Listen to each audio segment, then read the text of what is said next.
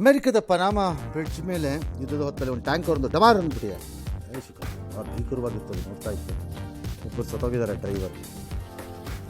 ಆಸ್ಟ್ರೇಲಿಯಾದ ಮಾಜಿ ಕ್ರಿಕೆಟಿಗ ಡೇವಿಡ್ ವಾರ್ನರ್ ಸಿಡ್ನಿನಲ್ಲಿ ಗುಂಡಾಕಂಡು ಹೋಗ್ತಿದ್ರಂತೆ. ಪೊಲೀಸ್ನವ್ರು ಹಿಡಿದಾಕ್ಬಿಟ್ಟು ಬಾಪಾ ನೀನು ಡ್ರಂಕ್ ಆ್ಯಂಡ್ ಡ್ರೈವ್ ಅಂತ ಒಳಗಾಕಿಲ್ಲ, ಮೋಸ್ಟ್ಲಿ ಫೈನ್ ಹಾಕಿದ್ದಾರೆ. ಅರೆಸ್ಟ್ ಮಾಡಿ ಬಿಡ್ತಾರೆ. 16 ವರ್ಷದಿಂದ ತಲೆಮರೆಸ್ಕೊಂಡಿದ್ದಂತೆ ಪಾಕಿಸ್ತಾನಿ ಭಯೋತ್ಪಾದಕ ಅವನು ಯಾವನೋ ಹುರೇರಾ ಸಂವತ್ಸರ 5 ಜನ ಜಮ್ಮು ಕಾಶ್ಮೀರ ಪೊಲೀಸರು ಬಂಧಿಸಿದ್ದಾರೆ. ಬಾಂಗ್ಲಾದೇಶದ ರಾಜಕೀಯದಲ್ಲಿ ನಿರೀಕ್ಷಿತ ಬೆಳವಣಿಗೆ. ವಿದ್ಯಾರ್ಥಿ ಚಳವಳಿ ಸಂಬಂಧದಲ್ಲಿ ಮೊದಲ ಮಹಿಳಾ ಸ್ಪೀಕರ್ ಆ ದೇಶಕ್ಕೆ ಶಿರೀನ್ ಶರ್ಮಿನ್ ಚೌಧರಿ ಅವರನ್ನು ಪೊಲೀಸರು ಆ ಗಲಾಟೆ ಸಂಬಂಧ ಬಂಧಿಸಿದ್ದಾರೆ. ದ್ವಿತೀಯ ಪರೀಕ್ಷೆ ಫಲಿತಾಂಶ ಏಪ್ರಿಲ್ 9 ಬರುತ್ತಂತೆ. ಯಾಕೆ ಇವತ್ತು ಬಂದಿಲ್ಲ ಅನ್ನೋಕ್ಕೆ ಅದು ಸುದ್ದಿಗೋಷ್ಠಿಗೆ ಸಮಯ ಮಾತ್ರ ಅಂತಿಮವಾಗಿಲ್ಲ ಅಂತೆಲ್ಲ ಹೇಳ್ತೀಯಂತೆ. ಇದಕ್ಕೆಲ್ಲ ಕಾರಣ ಇಷ್ಟೇ ಅಂತೆ. ಅದೇ ನಮ್ಮ ಮಂತ್ರಿಗಳು ನಾನೇ ಪ್ರಕಟ ಮಾಡಬೇಕು ಅಂತ ಹಠ ಅಂತೆ. ನಿಮಗೇನ್ರಿ ಇಂಟ್ರೆಸ್ಟು ಅದನ್ನು ಪ್ರಕಟ ಮಾಡೋದು? ಹೇಳೋಕೈತೈತಿ ನೀವೇನೋ ಪಾಸ್ ಮಾಡ್ತೀರ ಅವಳೆ, ನಿಮ್ಗೇನಿದೆ ಅನ್ಸೋದು ಇಂಟ್ರೆಸ್ಟು ಗೊತ್ತಿಲ್ಲಪ್ಪ.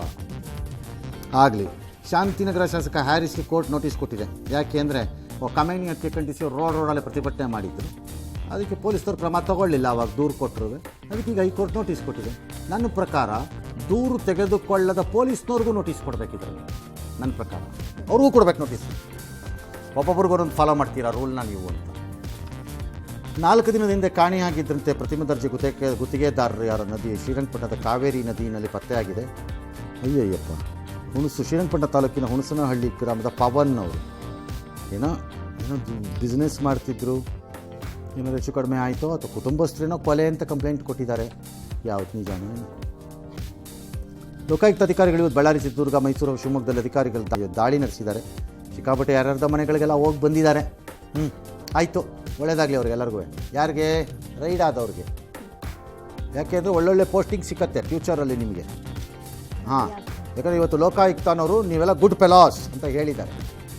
CM ಸಿದ್ದರಾಮಯ್ಯ ಸ್ವಕ್ಷೇತ್ರ ವರ್ಣದಲ್ಲಿ ರೈತರ ವಿರೋಧದ ನಡುವೆ ನಿಮಾನ್ಸ್ ಆಸ್ಪತ್ರೆ ವರ್ಕ್ ನಡೀತಾ ಇದೆಯಂತೆ. ಗುಡುಮಾದನಹಳ್ಳಿ ಅಲ್ಲಿ ಈ ಆಸ್ಪತ್ರೆ ಬರುತ್ತೆ. ಪೊಲೀಸ್ ಬಂದೋಬಸ್ತ್ ನಡೀತಿದೆ. ಕಾರಣ ಯಾಕೆ ಆ ವಿರೋಧ? 30-40 ವರ್ಷದಿಂದ ಸರ್ಕಾರಿ ಜಮೀನಲ್ಲಿ ರೈತರು ಕೃಷಿ ಮಾಡ್ತಿದ್ರಂತೆ. ಹಂಗಾಗಿ ಬೇಡ, ಅದು ಹಂಗಾಗಲ್ಲ.